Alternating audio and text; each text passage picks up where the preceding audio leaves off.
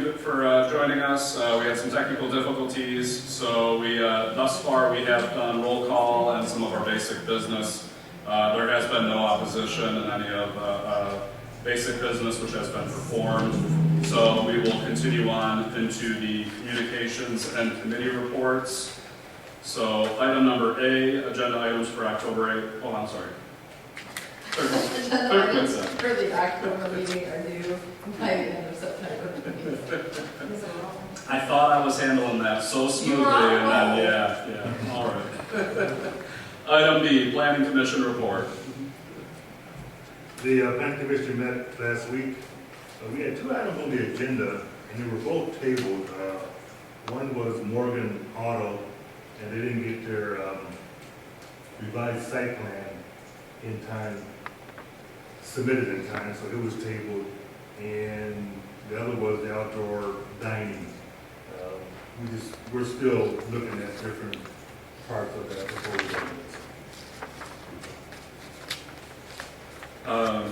I know also there's been some discussion about the fees for event permits and whatnot. Yes. And I think talking with Commissioner Rodzik, there was some talk about maybe passing that on to planning, since there's the zoning aspect of it and all that, so just to give you a heads up. Parks and Rec report, Trustee Guerrero. We haven't had very much new since the last, but we are trying to build the bus for Franklin trip this Sunday, so if you can spread the word, we still need several seats to be filled, so we'll be successful. It's only $5 a person, so come on board. Yeah, $5 a person, and I think it's bus leaves at 9. And returns at 6 p.m. here in Milton. Yeah, takes you back up at 4 p.m. and returns you here by 6, so not bad. Okay. Unfinished business, we'll rotate these around a little bit just to accommodate schedules here. So item number C, DPW contract. What we'll do, what I'd like to ask is if we could schedule a Ways and Means Committee meeting in lieu of any action on the DPW contract quite yet. So I'd like to set something up. We do have the letter of agreement right now that their contract is valid until the end of this month. So if there's any way that we could put a priority on getting a Ways and Means Committee meeting together, and then also might look at doing a special meeting so that we can vote on the contract prior to the end of this month. A little bit rushed, but I'd like to get it handled before the contract actually expires. Or if council feels comfortable, September 30th, the council meeting will be on the 8th. It's not that far away, so it'll only be a lapse of a couple of weeks. Just trying to look at what's the pleasure of council. Will the business rep be able to make this meeting as well? Depending on when we schedule, if we schedule it far enough in advance, I think that we should. I mean, if we were to try to do it sometime this week, it might be too soon, but if we can do something next week or the following week. How about the 16th or the 23rd? 16th or the 23rd? Which is a Monday. I'm good for either. I could do any time after 2:30. So if it helps to do it early in the morning. You want to see what she can. Yeah, let's do that. I'll jot it down. So it was the 16th or the 23rd? Yes. And what was the time? In order to give it time. I'll accommodate it just to get it done, so whatever time you make it, I can do it. Okay. All right. But preferably late afternoon. Later, the better. Yeah. Okay. Or earlier, if you want to do 9 a.m. Right. Okay. I will get with the union rep and see what times works for her on the 16th and 23rd, and I'll get with both of you to have that scheduled. Once we do get a date confirmed amongst all of us, I'll forward it on to the rest of council so everybody's aware of it. And we'll also pass it out to DPW and everybody to make sure that everybody's all involved and informed. With that said, what's the pleasure of council as far as voting on the contract? contract. If we have the Ways and Means on the 16th or the 23rd, would you want to hold a special meeting to get this done before the 30th? Or would you rather just, we can do it on the 8th, be a lapse of like a week or two, it's not that big of a gap. Guess it doesn't matter. Doesn't matter. Okay, You can do a letter of enmity that's added to the following meeting. yeah, okay. All right, I think then we'll just have the Ways and Means, aim for the 16th or the 23rd, and then we can put the, if we can make a note to have the contract on the October 8th. I'm just trying to remember what month comes after September. October 8th, meeting. Do you think we'll get clerical in line by then? I'm hopeful. Clerical is back in negotiations now that there's been some changes amongst the staff and clerical. Okay. So they're back negotiating amongst themselves on what they want to bring forward. Okay. Okay? And then you're gonna negotiate with them after that? Right, correct. Alrighty. Ms. Kazel, did you want us to cover priority waste resolution, or do you want us to hold off until they Let's get hold off there? and see what he has to say. Okay. Should be showing up anytime if we could just let Mr. Rocco go. Sure. All right, with that, we'll go to new business, Yo-Yo 2024 financial statements. Mr. Rocco? Good evening, everyone. So, my name is Mike Rocco with Yo-Yo CPAs. In front of you, you should have three different pieces of information. The blue covers the presentation that I'll go over that summarizes the audit results. The white copy is the financial statements themselves. And then there's a couple-page letter addressed to you all that is required communications. Encourage you to read it all, but I will be going over all the highlights just now. So if we could first flip into the first page there, that is the audit opinion. And this is really the bottom line of an audit and what you want to hear every time you have an audit. It was an unmodified opinion. And what that means is that the financial statements are presented fairly and materially correct, and that they may be relied upon by outside parties. Can only be issued by a licensed CPA firm. It's the highest level of assurance you can get on your financial statements.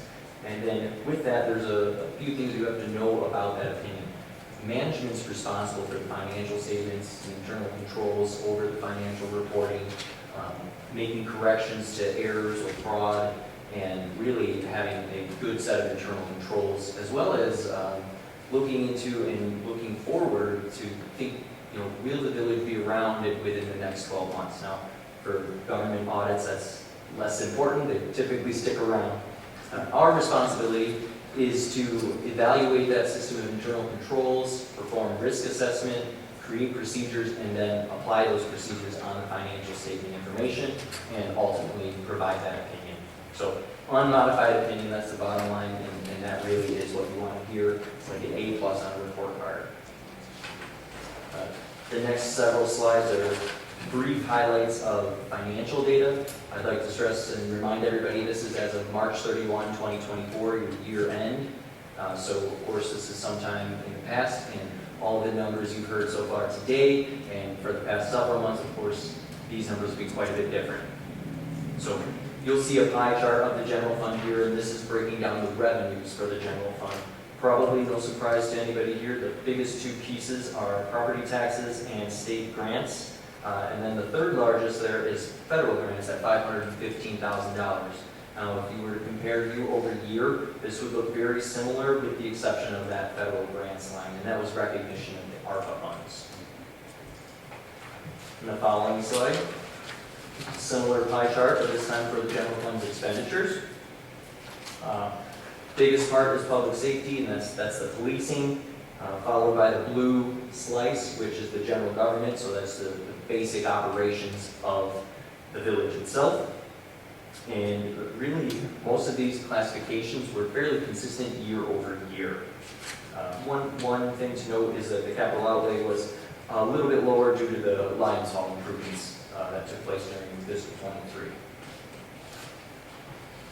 The next slide here is a 5-year trend chart of the revenues and expenses we just looked at for the current period. And you can see things are trending upward and looking pretty good, especially with the recognition of the ARPA funds this year. So a pretty big gap between revenues and expenses to add to the fund balance to use at a later time. It was an increase this year of $820,000 in the general fund. The next 2 slides will be regarding water and sewer operations. On the water operations, you can see over the past several years, the trend has been really the revenues and expenditures kind of converging on one another. So be mindful of the rates to ensure that those will cover your operations into the future. The expenses this year were up just a bit due to higher repairs and maintenance compared to the prior year. And then on the following slide will be the sewer operations, which has really been highly consistent year over year for the past 5 years, and adding fund balance or deposition each year. On slide following that, trend line of the general fund balance, again going up $820,000 this year to $2.3 million, which is a very healthy fund balance. The general fund is in a good position here at the village. Couple of slides on the unrestricted net position for the water fund. Water fund went down just very slightly, is sitting near $1 million. Following slide for the, again, this is unrestricted net position only, so that does not include your net investment in capital assets or any restricted amounts, which would mostly be for debt service. Sewer fund, trending up over the past several years, as we saw in the other chart, stable and good considering past deficits from years past. Good. On the following slide, titled Communications Letter. This is alluding to that letter, the couple of page stapled letter that you have. I encourage you all to read it. Here's the highlights, so I'd like to briefly go over. So first, there was a new accounting standard that had to be implemented this year. We went through certain subscription arrangements. The new standard is very similar to the lease standard that came out 2 years ago, where a right-to-use asset and subscription liability would be reported for certain software subscriptions. In this case, none of the contracts that the village has were required to be recorded in that manner. There are 2 significant estimates in financial statements that we consider to be significant. The first one would be the useful lives of capital assets. So when you purchase a new asset, over how many years do you expect to be able to use that asset, and therefore how long do you spread that expense of the asset? So if you buy a truck, do you expect it to last 5 years or 10 years? And then you take a portion of that depreciation each year. The other one would be the right to use assets and lease liabilities for this building.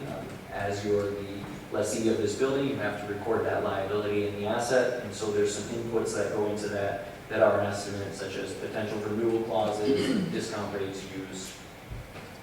We do have a couple of areas for improvement that have been identified. One would be a material weakness for audit adjustments, and those were really, the cause of that was that 2 invoices were entered using the invoice date rather than the service period, so it was put into the improper fiscal year, and we corrected those.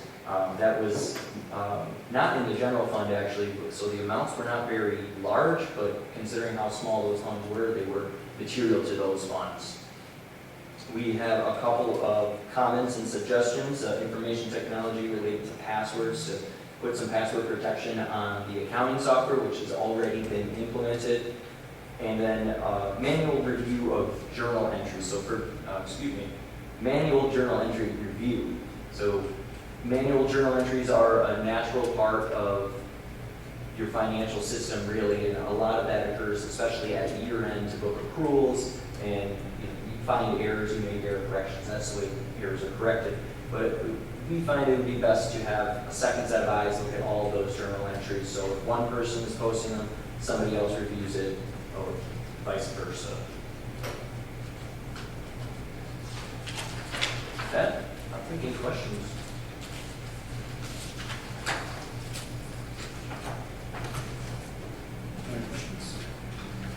I have one, it would be on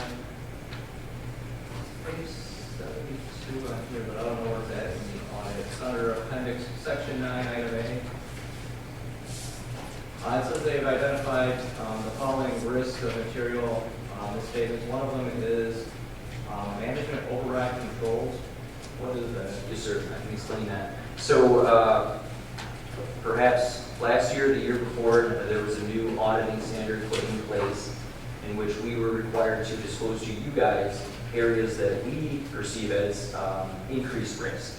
Not to say there's anything wrong with those areas, I'd be reporting it to you now if there were. So management override of controls would be the potential of, let's say, perhaps Sandy or Brian to just blatantly ignore any controls you have in place here and just go off and do anything they please. So we perform certain tests to make sure those things aren't happening. For example, we review manual journal entries, and that's where we thought there was a little bit of a gap there and suggest a second set of look on that. The other one would have been proper revenue recognition, I'm thinking. So what we typically look at that is there's a rule with the governmental funds that you may not recognize revenue if it is not collected within 60 days of your year end. If you have a receivable, for example. So we validate any of those revenues that have been accrued, make sure they were received timely, if not deferred. Because that is a common error we see in governments. So a corrective action that you think we should take would be to get that second set of eyes on those, and so if we implement that, we reduce our risk. Okay. It will reduce the risk, but that's not to say that those two are directly related. There is an inherent risk of management override of control, so we're always going to perform some sort of tricky test, I guess you may say. We sometimes look at for fictitious vendors. We may look for duplicate payroll personnel, for example, so fictitious employees being entered into the system. You'll very likely see that same comment next year. It's not a comment that the village is doing anything wrong. It's just part of our risk assessment where we see there could be potential extra risk. So that's just a natural risk that you take with the way the organization is set up, and you just do things to mitigate that risk. Correct, that's correct. And then the auditing standards tell us that there's a presumed revenue recognition risk, so you certainly see that every year. And one of Mr. Roca's suggestions with the manual journal entries was to add to the monthly reports that we get, financial reports that we get for the council statement, right? Yeah, there could be any number of ways to achieve it. That's one possible way, yes. Is that one? Yeah, I think that was the plan, right? Was to add the manual journal entries to the monthly report. Okay, we'll talk about it. All right. But yeah, no, I mean, one of the good ones that I appreciated was the computer nerd, IT passwords. Once my account was set up in BSNA, for the life of me, I could never figure out how to change my password, and that always fucked me. So it's kind of nice just to have the ability to go ahead and change the password and make sure it's secure. I'm on the other side, can't stand remembering all these passwords, and yet here I am suggesting it. So, yeah. Any other questions?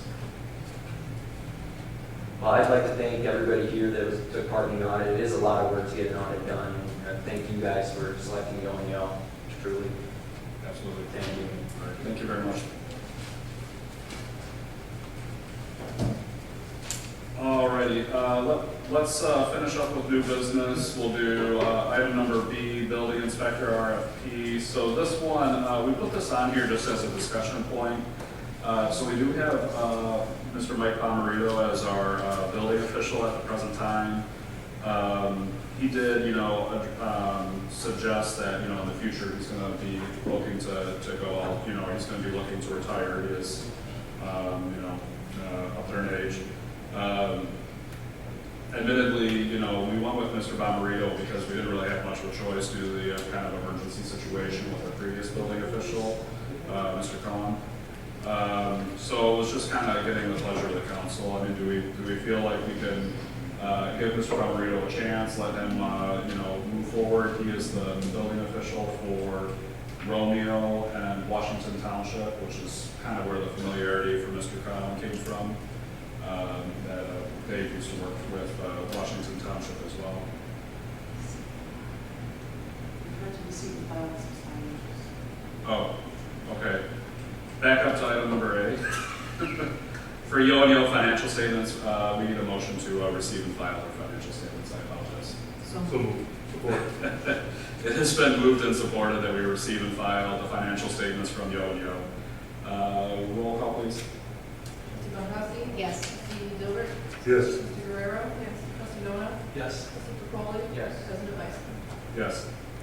All right, sorry about that. So for item number B with the building inspector, we want to put it to an RFP. It's not like they have a lot of building inspectors that are out there vying for, to be hired, but if the pleasure of council is that we put it to RFP and we see what's out there, we can do that, or we can continue moving forward with Mr. Bomarito. He's already been advising our code enforcement and has been meshing well with the village thus far. So just wanted to make sure that everybody's comfortable with moving forward with Mr. Bomarito. Do we have a backup? For when Mr. Bomarito goes to Florida. He does have a recommendation for somebody that he knows that would be able to work through Florida, through the winter when he's in Florida. Can we not do both? We also put the RFP out and, See if we like what we get back. yeah. We can do I that. mean, if he's thinking about retiring, we're gonna have to do it now or we do it next year or the year after. Yeah, he did convey that he's not planning on retiring anytime soon. And he does want to see what he started through for the village. So he's not planning on leaving us in the next year or two. This was just something that, if we wanted to, admittedly, I've always been an advocate of haven't really understood how the building official and all these inspectors work, but it's not like there's a huge pool for us to choose from.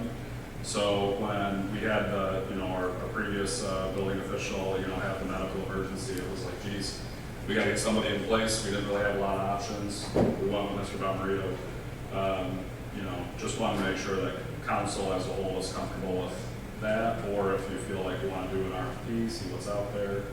You can respond to the RFP as well, man. I mean, it's nothing for us. Yeah, He knows his stuff. yeah, he I does. had a very good experience with Yeah, him. he's very knowledgeable.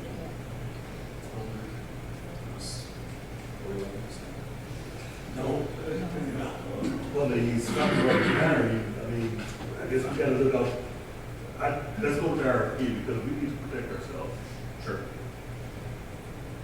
Is that a motion? So moved. Support. Okay, it's been moved and supported that we do post a RFP for a building inspector. Roll call, please. Trustee Gilbert? Yes. Trustee Capoli? Yes. Trustee Dona? Yes. Trustee Guerrero? Yes. Trustee Pombana? Yes. President Weiss? Yes. Alrighty, we will get that posted. We will move back now to unfinished business, item number A for priority waste. I believe we have a representative from priority waste here. Good evening, everybody. Vincent Hoyampa, Chief of Staff and General Counsel for Priority Waste. Nice to meet you. You too. So I know we have I think two items of business, two orders of business. One of them is the recycling resolution that we need to put together. But I think first we're kind of hoping for just kind of a update on how things are going with priority waste and the transition from GFL and retrofitting of the vehicles Sure. and all that fun stuff. If you could kind of give us an update. Absolutely. So, as you know, we took over for GFL July 1st. Since that time, we've been very actively going and retrofitting the trucks so that there are cameras in all the vehicles. We've also been training the former GFL personnel in the priority culture. As I've reviewed the complaints that have been formed in our portal. My understanding that you are on currently the priority portal to make any issues, and we have not received anything specific, anything of significance. I saw 2 total complaints. I'm not saying that there aren't complaints coming to the village, but in the customer portal at this point, there's only 2. So I believe that our service has been relatively good in the village. Generally our services throughout Macomb County have been very strong, so that we are tying up and completing all of the retrofitting for the trucks. Those trucks will be based at our Sterling Heights yard where they were previously based, with many of the same employees that were formerly servicing the village. Do we know when the camera systems for the trucks that are serving the village will be retrofitted with camera systems? The entire retrofit should be completed by the end of this month. I believe the village is being retrofitted at the same time that we're retrofitting the Chesterfield Township trucks. And I know they're slated to be done either the end of this week or next week at this point.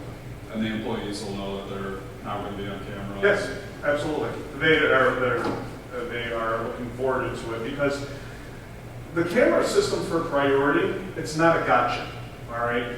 It's really first and foremost to prove to our various customers, the various residents, that our employees are doing their job, all right? Because when a issue occurs, right, where a resident says, you didn't pick up my garbage, all right? When it comes to the resident's word or my driver's word, guess what? The resident is right 100% of the time, okay? But when the cameras are in and the video is there, there's no question as to whether or not that garbage was out. There's no question as to whether or not Priority did anything wrong, right? If we have garbage strewn on your street, the cameras show it, all right? If we were late or we say something that's not true, it's all caught on camera. So it's not a gotcha, and you know, our employees have embraced that, saying, listen, all right, we have here a company that has our back and is providing the evidence because every person, all right, wants to do a good job. Nobody wants to feel that they're just, you know, that they're on an island, and that's what, you know, this system, our LDCs, the PIT system, if you will, it takes them so that they're part of a community and that we trust them and we're providing them the tools to show, hey, listen, you're doing your job. Here, we've got your back. Yeah, no, and I you know, applaud that, and I'm hopeful that, you know, once the camera system is in place, that'll definitely help. Because, I mean, I know I personally have multiple weeks of footage on my security cameras of the employees taking my yard waste, putting it in my regular garbage, and then throwing it in the truck. But at the same time, hearing all the other complaints in the other communities, I'm like, hey, at least everything got picked up. You know, even though it shouldn't be all co-managed. Absolutely, and that is, any mixture of services is never accepted here at Priority. Never, all right? We comply with every part of what's required, whether it's, you know, all yard waste needs to be taken to an appropriate compost facility. Trash goes to trash, recycling goes to recycling. There is, at no point is that ever accepted that there is mixing. And then from a communication standpoint, I mean, I haven't seen anything about the portal, so I know that we field a lot of residential complaints about, you know, pickup. And admittedly, because the camera system isn't in place, like you said, it is kind of a, you know, we go along with what the resident says. So that's why I am looking forward to the cameras being in place as well, so that it, you know, shows, yeah, you put it out too late. One of my personal issues, you know, that we run into here is that, you know, with our garbage day being on Friday, by the time a resident realizes that they've been missed for pickup, it's usually 5, 6, 7 o'clock at night, and then Priority's already closed for the day, and there's nobody available on Saturdays to call. You know, is there any chance of looking into having some sort of Saturday customer support availability? Right now, we have that, in the sense that and again, this is a offshoot of the fact that, you know, when we started and took over the routes July 1st, throughout the 73 communities that we transitioned, all right, there were over 100 to 125 routes that were underserviced by GFL. And in this sense, they didn't have the equipment available or the drivers available to do that. So there was a backlog that we've had to catch up, and so we have been completing missed stops and routes that weren't completed on Friday on Saturday, all right? So, and, you know, to the extent that there's any misses here in New Haven, we absolutely are going back on Saturday to rectify that. The intent is that once things are normalized and the cameras are in and we know that the routes are completed, all right, that we shouldn't need to go back on a Saturday, all right? But until we have things normalized, we will be certainly still continuing the service as we have been. Any questions? I have one. You mentioned this portal. Can you briefly describe how a resident, if they have an issue with their trash pickup, goes about this portal? Because you mentioned that there were The portal is things for- out there, but we're hearing a significant.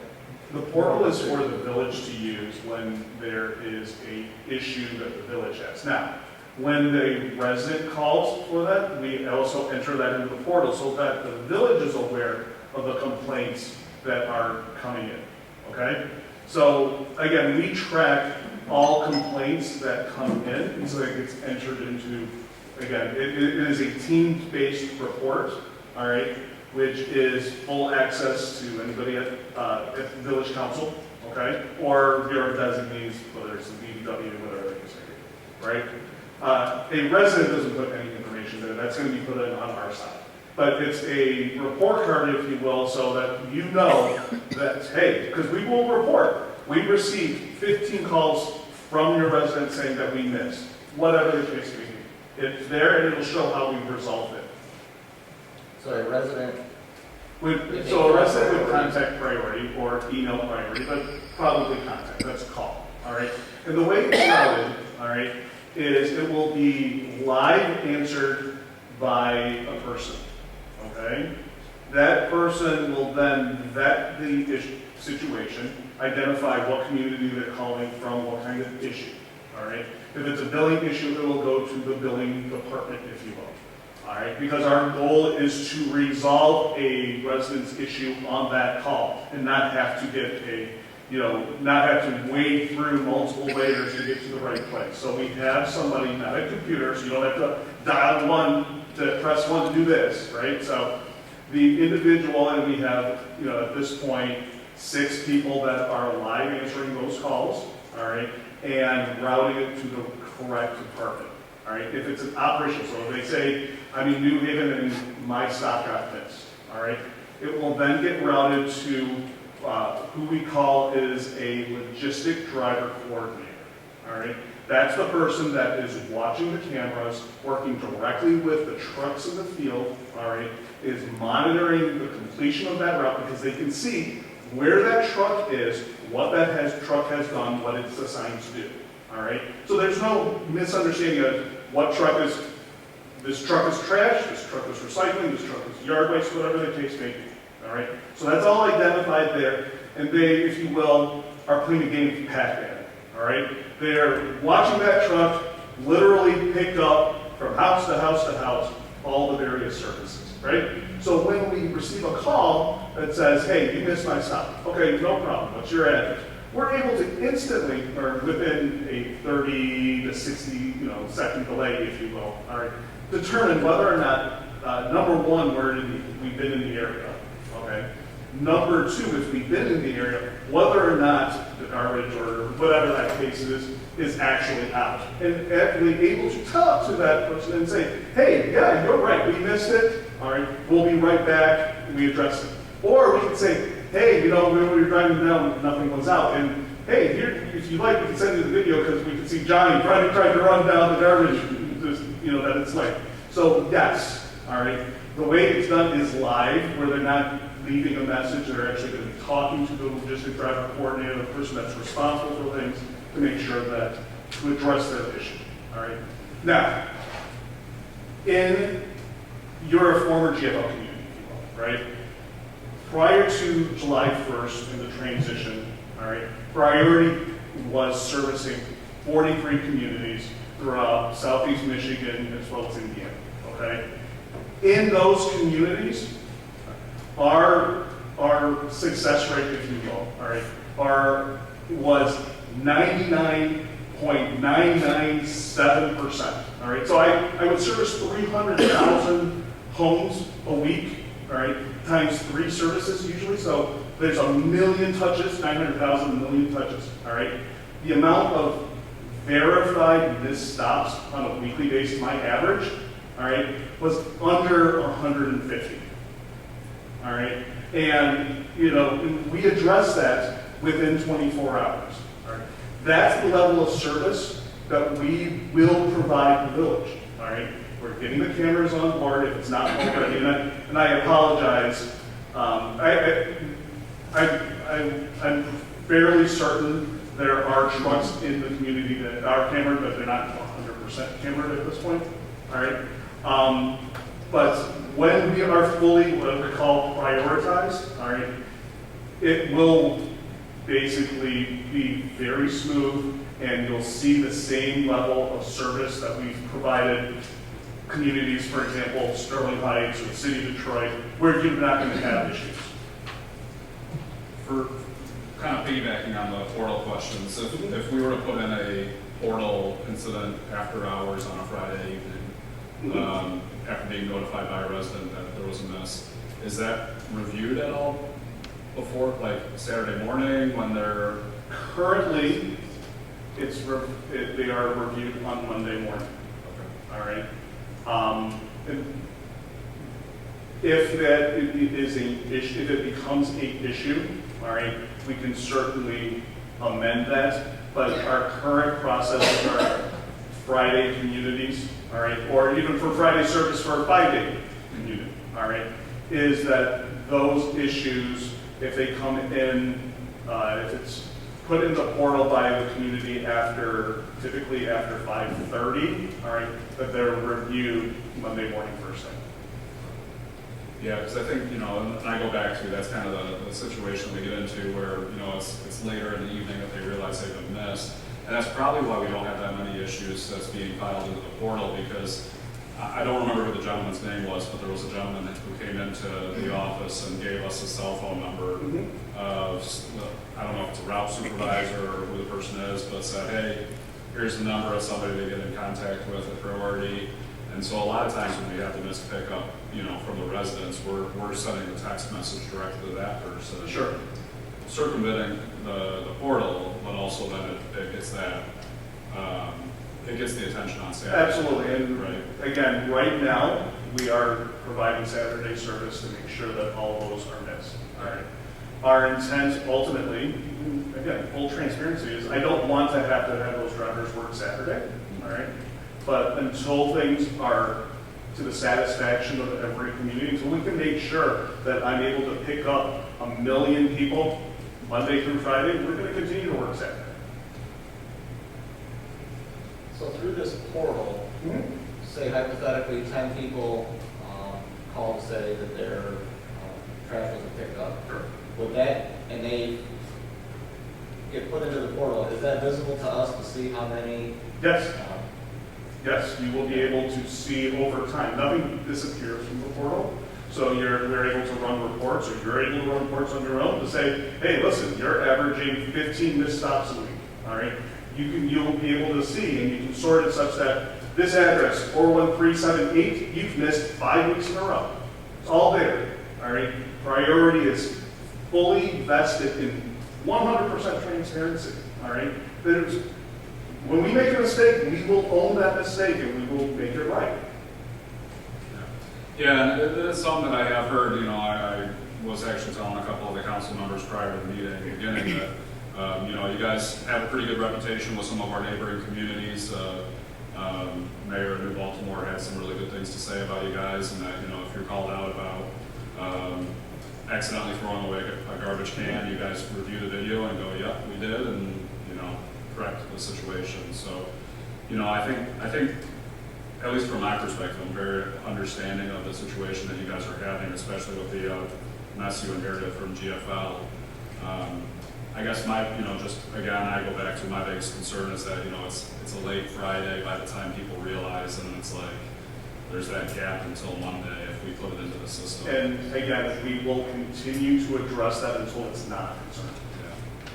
Yeah, because I'm surprised to hear that there's only 2, because I know that I've personally sent quite a few to that cell phone number. I mean, I've made it my weekly routine, Friday nights, I drive around the village and look for missed pickups. And that would make sense why it's not in the portal. It's getting Yeah. immediately addressed. It's probably going direct to a lead driver who's just making sure that it's resolved the next day, or to one of our territory managers. I'm not sure what number you were given, but that's why it's not in the portal. Right. And if we, and the email, the LDC email address that we're given, if we're emailing them, should they be putting it in the Yes, portal? absolutely. Because most of the time, if I email the LDC email address, I don't get any response whatsoever. That is unacceptable, all right, and I will address that with the LDC in the morning. Yes, thank you. What is the expected time for things to be normalized, that you think to be able to get your trucks retrofitted and have service at 100%? Things happen in the sense that, trucks break down because they're, obviously 4 PMs, but the goal is to have all trucks cameraed, as I said, by the end of this month, all right? To the extent that all trucks will be roadworthy, all right, that may take less time, it may take more, because basically I can't put a time frame on safety, all right? And I think you would appreciate that, Priority will not put what we deem as a unsafe truck on the road just for the sake of picking up the garbage. We'll take the heat for being late, all right? If, just to make sure that your children, my children, we're safe, all right? We're not gonna put an unsafe vehicle, we're not gonna put a vehicle that is, spitting fluids out, all right? These will be clean and safe vehicles on your roads, all right? So, that process, I can tell you, all right, I've got 75 trucks out, for example, just at outside vendors, all right? And so I've got, so it takes time to get those back, and we have various assurance it's gonna be back either this week or next week, whatever the case may be, but things happen, right? When those trucks come back, we still need to check through and make sure that everything's gonna, repair appropriately. All right, and again, make sure it's safe. So while I want to say here today, yeah, we're gonna be good by the end of the month as it relates to our trucks. I'm being 100% transparent. If it's not safe, we're not putting it on there, then there's no ands or spots about that. So it could take longer than the end of this. But the plan is end of the month. That's the plan, absolutely. I can definitely say that I've already noticed less hydraulic fluid in the streets compared to previous GFL. So appreciate that. Does anybody have any questions? Okay. Ms. Kazel, do you want to come up here and explain the resolutions? Thank you. Thank you, sir. Thank you.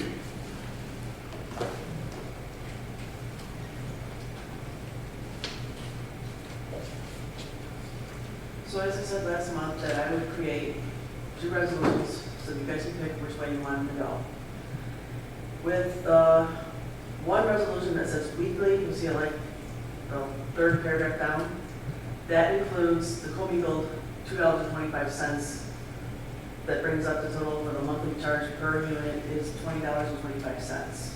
If we want to do the commingled recycle bi-weekly, our rate would stay the same at $18.25.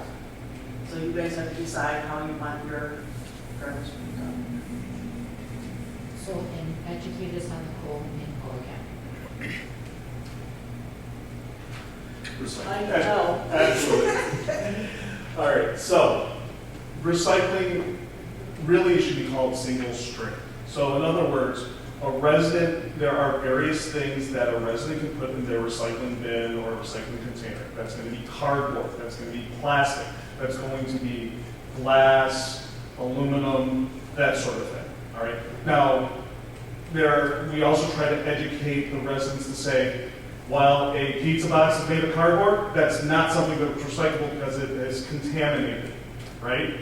But generally speaking, whatever the resident puts in the recycling container is going to be taken to the recycling facility. And that's the single stream.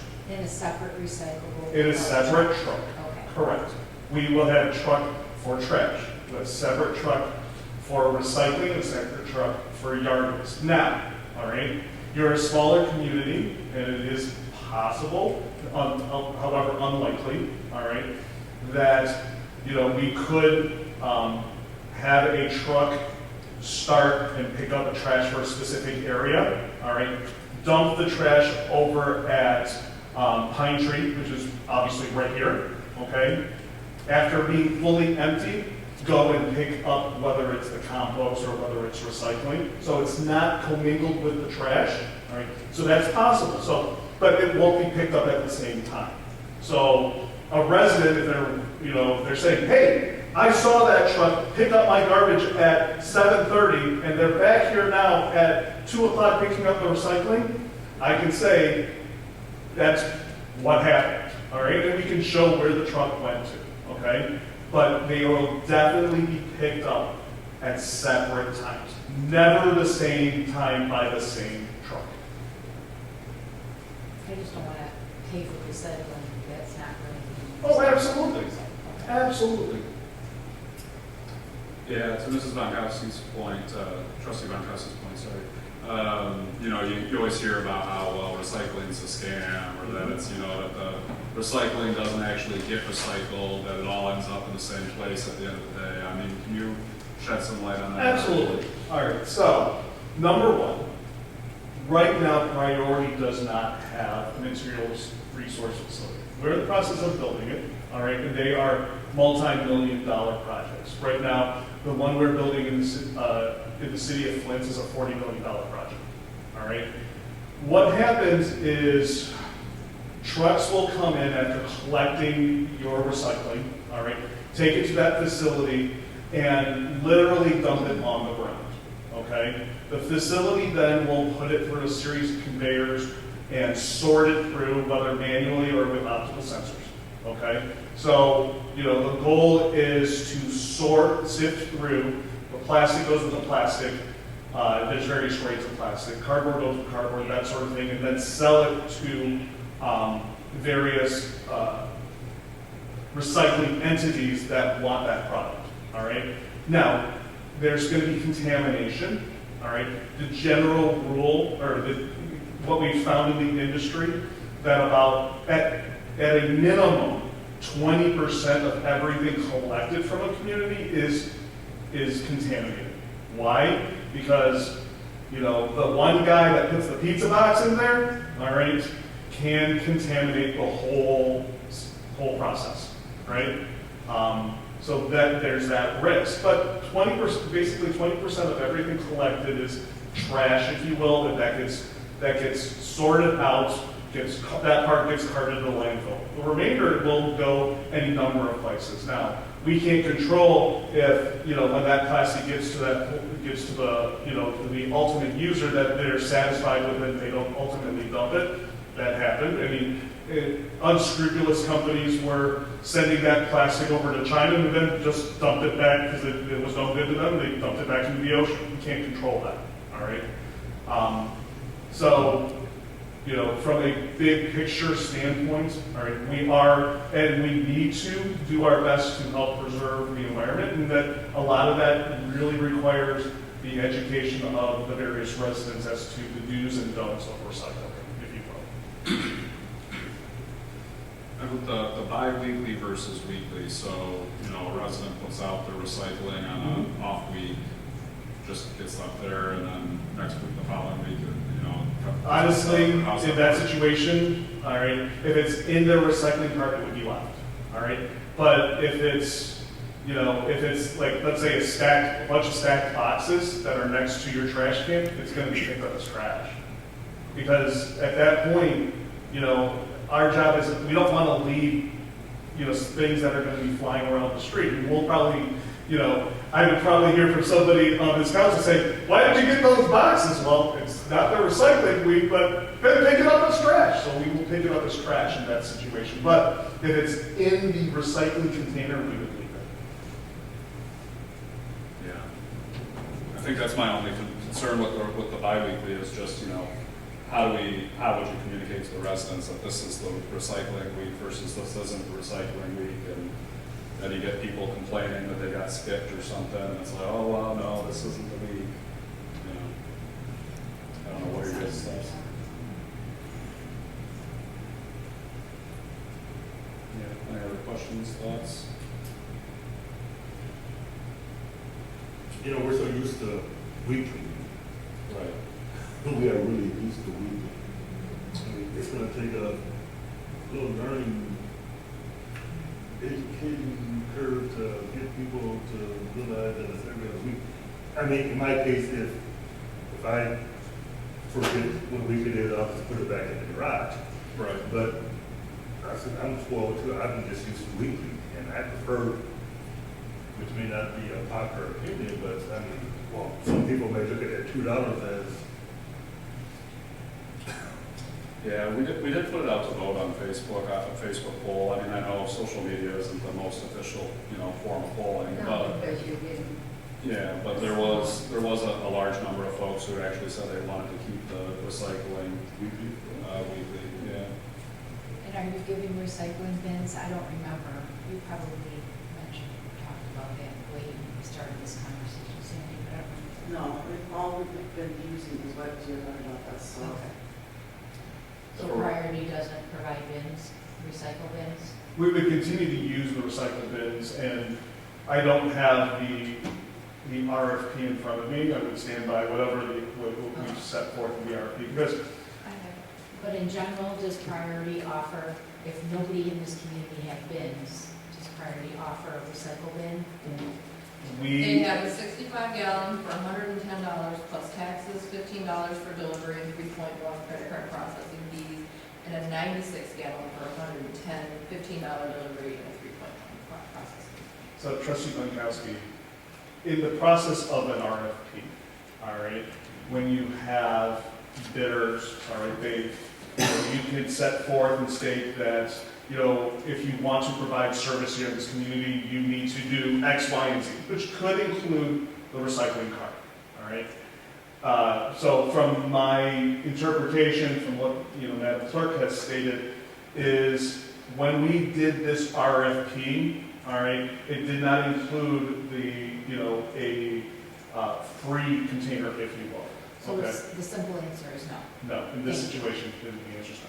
I'm just trying to, we're gonna have to come up with a response to the increase. Sure, Because absolutely. It's an increase for all of our residents.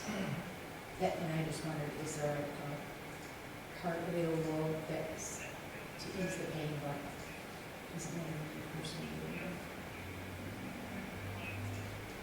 it? Any other questions or comments? If not, we need a motion for either the bi-weekly or the weekly resolution. The resolution number will be 2024-008. Yes. the 8. Yes. So the only difference between the resolutions is the recycling is either weekly or bi-weekly? Yes. Yep. And their cost. Yeah, $2. Cost. subsequent rate. Which I'm talking about the first year. Right, for the first year, so it's first year $18.25 for bi-weekly, or the additional $2. So For the first year. It's $2, the second year is $208, the third year is $216, the fourth year is $225, and the fifth year is $234 Right. for the recycling.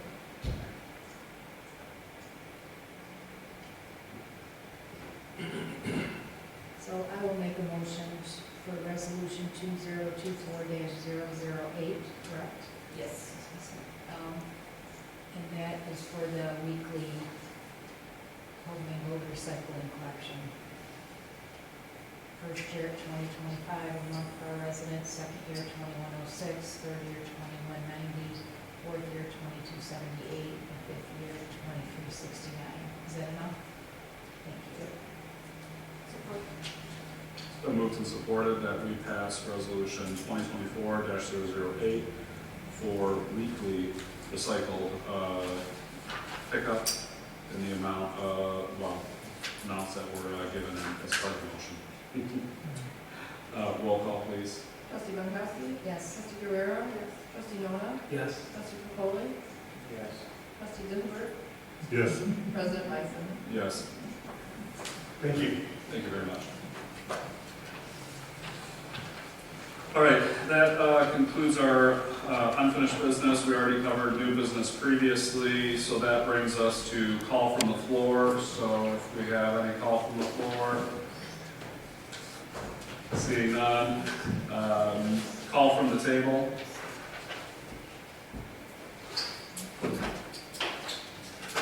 All right, otherwise, a motion is in order for 8:03. Support. It's been moved and supported that we adjourn at 8:03 PM. All in favor? Aye.